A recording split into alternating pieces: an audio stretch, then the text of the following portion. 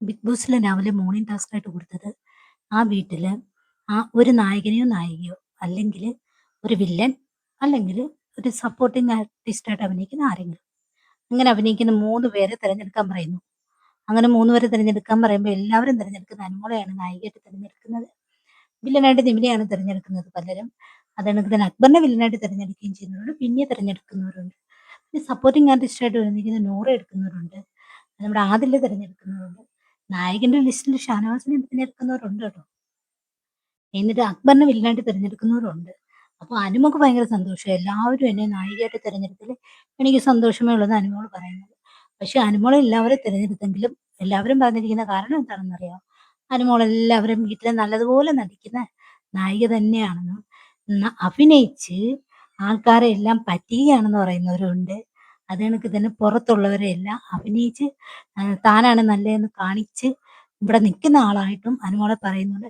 ഇതൊക്കെ പറയുന്നുണ്ടെങ്കിലും അനുമോള് പറയുന്നുണ്ട് എനിക്ക് സന്തോഷമേ ഉള്ളൂ. ഞാൻ നല്ലൊരു നായികയായിട്ട് നിങ്ങളെല്ലാവരും അംഗീകരിക്കുന്നത് എനിക്ക് സന്തോഷമേ ഉള്ളെന്ന് പറയുന്നുണ്ട്.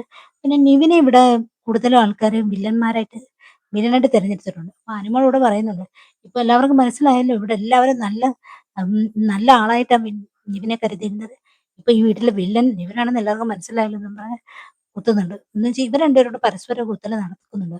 ഒരാഴ്ചയായിട്ട് നടക്കുന്നത്. കാരണം എന്ന് വെച്ച് കഴിഞ്ഞാൽ നമ്മുടെ നിവിനെ ഇപ്രാവശ്യം നോമിനേഷൻ ചെയ്തത് അനുമോളാണ്. അതിന്റെ ഒരു പ്രശ്നം നിവിന്റെ ഉള്ളിലുണ്ട്. നിവിൻ അതിനാണ് ഇപ്പൊ തുടക്കം മുതലേ അനുമോൾക്കെതിരെയാണ് ഇപ്പൊ കളിച്ചുകൊണ്ടിരിക്കുന്നത്. അപ്പം ബിഗ് ബോസ് വീട്ടിലെ നായിക അനുമോള് തന്നെ ആണ്. പിന്നെ ഒരു കാര്യമുണ്ട്. കാര്യം ഇതൊക്കെ ആണെങ്കിലും എല്ലാവരും ഇപ്പം ബിഗ് ബോസിനകത്ത് നിലനിൽക്കുന്നതിൽ അല്ലെങ്കിൽ ഷോ നടക്കുന്നതിനകത്ത് അനുമോള് തന്നെയാണ് ഇതിനകത്ത് നായിക. അനുമോള് ടാസ്ക് ചെയ്യുന്നില്ലെങ്കിലും കാര്യങ്ങൾ തുറന്നു പറയുന്നില്ലെങ്കിലും PR ഉണ്ടെന്ന് പറഞ്ഞാലും അനുമോള് തന്നെയാണ് നായിക. അല്ലാതെ വേറെ ആരാണ് നായിക? പിന്നെ അനീഷുണ്ട്.